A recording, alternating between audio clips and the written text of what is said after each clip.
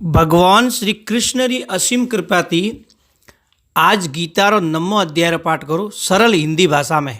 ठीक है, तो आप सबकी मारी विनती है कि एक वाला पाठ ने जरूर सुनजो। गीता रो 9वां पाठ करवा रे पहला गीता री जो पाठ में अनुकर्मणिका आवे श्लोक आवे वे एक वाला बताऊँ रहा वरने बाद मैं गीता रो 9वां अध्याय चालू करूँ। तो 9वां अध्याय रे में 1 થી 6 श्लोक है प्रभाव सहित ज्ञान का विषय। 7 થી 10 श्लोक है जगत की उत्पत्ति का विषय। 11 થી 15 श्लोक है भगवान का तिरस्कार करने वाले आसुरी प्रकृति वालों की निंदा और दैवी प्रकृति वालों के भगवत भजन का प्रकार। 16 से 19 श्लोक सर्व आत्मा रूप से प्रभाव सहित भगवान के स्वरूप का वर्णन और 20 से 25 श्लोक है सकाम और निष्काम उपासना का फल। 26 और 34 26 से 34 श्लोक है निष्काम भगवत भक्ति की महिमा। हमें मैं आप गीता रो 9वां अध्याय हिंदी भाषा में चालू करूँ। बोलो श्री कृष्णचंद्र भगवान की जय हो। अथ 9वां अध्याय श्री भगवान उवास। श्री भगवान बोले, तुझ दोष दृष्टि रहित भक्त के लिए इस परम गोपनीय विज्ञान सहित ज्ञान को पुनः भली भांति कहूँगा, जिसको जानकर तो दुख रूप संसार से मुक्त हो जाएगा।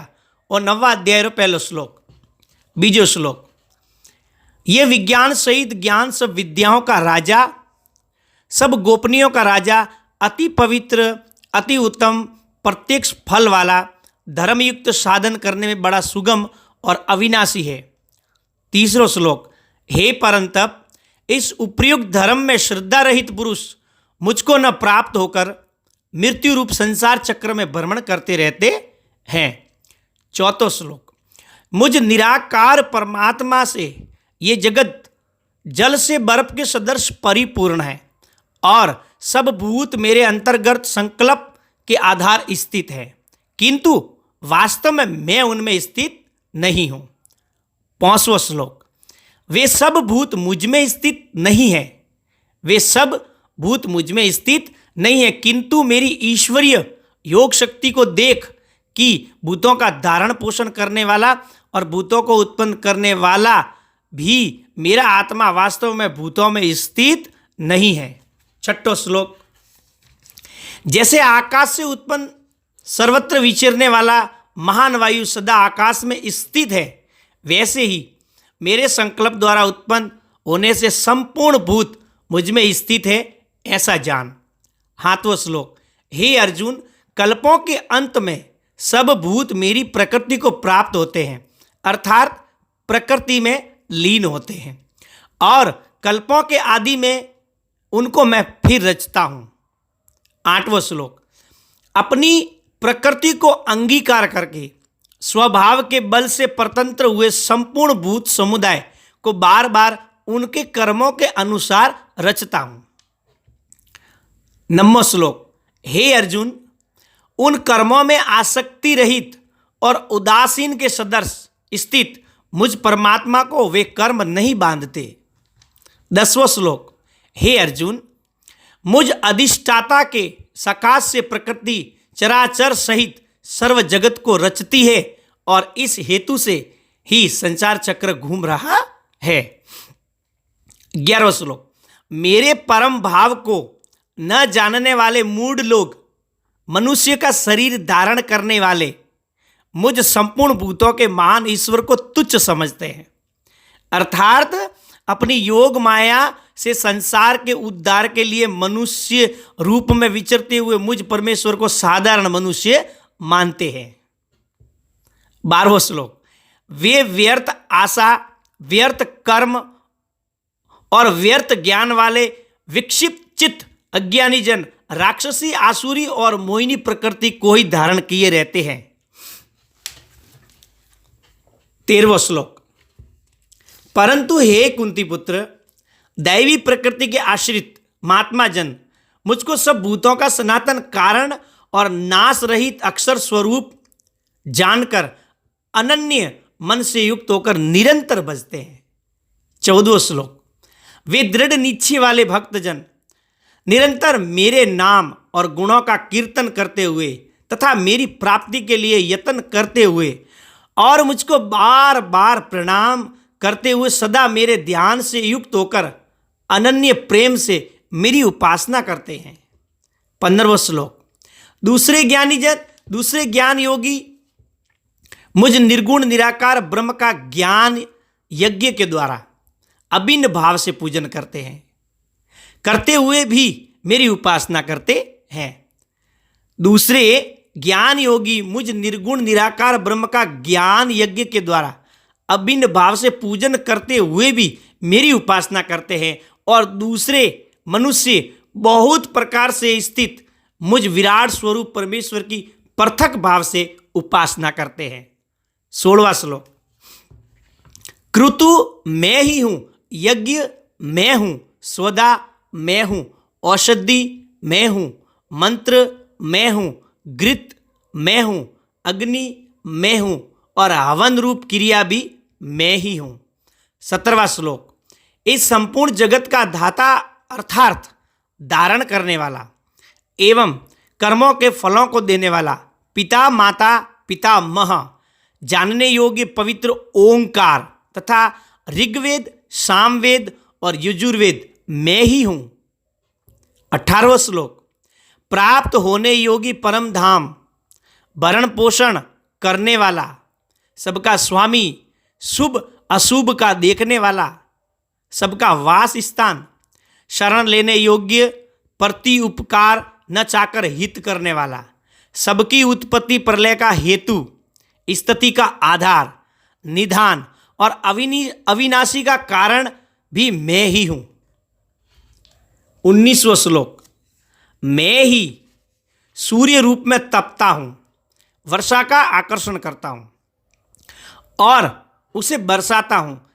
हे अर्जुन, मैं ही अमृत और मृत्यु हूं और सत असत भी मैं ही हूं। 20वां श्लोक। तीनों वेदों में विधान किए हुए सकाम कर्मों को करने वाला सोम रस को पीने वाला पाप रहित पुरुष मुझको यज्ञों के द्वारा पूजकर स्वर्ग की प्राप्ति चाहते हैं। वे पुरुष अपने पुण्यों के फल रूप स्वर्ग लोक को प्राप्त होकर स्वर्ग में दिव्य देवताओं के भोगों को भोगते हैं। 21वां श्लोक। वे उस विशाल स्वर्ग लोक को भोगकर पुण्य क्षीण होने पर पुण्य क्षीण होने पर मृत्यु लोक को प्राप्त होते हैं। इस प्रकार स्वर्ग के साधन रूप तीनों वेदों में कहे हुए सकाम कर्म का आश्रय लेने वाले और भोगों की कामना करने वाले पुरुष बार बार आवागमन को प्राप्त होते हैं, अर्थात पुण्य के प्रभाव से स्वर्ग में जाते हैं और पुण्य क्षीण होने पर मृत्यु लोक में आते हैं।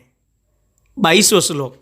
जो अनन्य प्रेमी भक्तजन मुझ परमेश्वर को निरंतर चिंतन करते हुए निष्काम भाव से भजते हैं, उन नित्य निरंतर मेरा ध्यान चिंतन करने वाले पुरुषों का योगक्षेम मैं स्वयं प्राप्त कर देता हूं। 23वां श्लोक। हे अर्जुन, यद्यपि श्रद्धा से युक्त जो सकाम भक्त दूसरे देवताओं को पूजते हैं वे भी मुझको ही पूजते हैं, किंतु उनका वह पूजन अविधि पूर्वक अर्थात अज्ञान पूर्वक है। 24वां श्लोक। क्योंकि संपूर्ण यज्ञों का भोक्ता और स्वामी भी मैं ही हूं, परंतु वे मुझ परमेश्वर को तत्व से नहीं जानते, इसी से गिरते हैं अर्थात पुनर्जन्म को प्राप्त होते हैं। 25वां श्लोक। देवताओं को पूजने वाले देवताओं को प्राप्त होते हैं, पितरों को पूजने वाले पितरों को प्राप्त होते हैं, भूतों को पूजने वाले भूतों को प्राप्त होते हैं और मेरा पूजन करने वाले भक्त मुझको ही प्राप्त होते हैं, इसलिए मेरे भक्तों का पुनर्जन्म नहीं होता। 26वां श्लोक। जो कोई भक्त मेरे लिए प्रेम से पत्र पुष्प फल जल आदि अर्पण करता है, उस शुद्ध बुद्धि निष्काम प्रेमी भक्त का प्रेम पूर्वक अर्पण किया हुआ वह पत्र पुष्पादि मैं सगुण रूप से प्रकट होकर प्रीति सहित खाता हूं। 27वां श्लोक, हे अर्जुन, तू जो कर्म करता है, जो खाता है, जो हवन करता है, जो दान देता है और जो तप करता है, वह सब मेरे अर्पण कर। 28वां श्लोक, इस प्रकार जिसमें समस्त कर्म मुझ भगवान के अर्पण होते हैं, ऐसे संन्यास योग से युक्त चित्त वाला तू शुभ अशुभ फल रूप कर्म बंधन से मुक्त हो जाएगा और उनसे मुक्त होकर मुझको ही प्राप्त होगा। 29वां श्लोक, मैं सब भूतों में समभाव से व्यापक हूं, न कोई मेरा अप्रिय है और न प्रिय है, परंतु जो भक्त मुझको प्रेम से भजते हैं वे मुझ में हैं और मैं भी उनमें प्रत्यक्ष प्रकट हूं।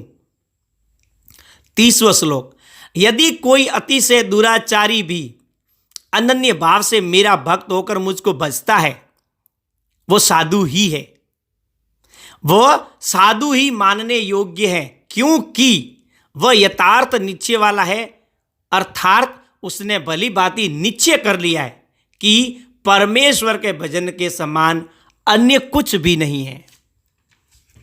31वां श्लोक, वह शीघ्र ही धर्मात्मा हो जाता है और सदा रहने वाली परम शांति को प्राप्त होता है।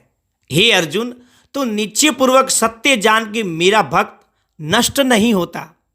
32वां श्लोक, हे अर्जुन, स्त्री, वैश्य, शूद्र तथा पाप योनि चांडाल आदि जो कोई भी हो, वे भी मेरी शरण होकर परम गति को प्राप्त होते हैं।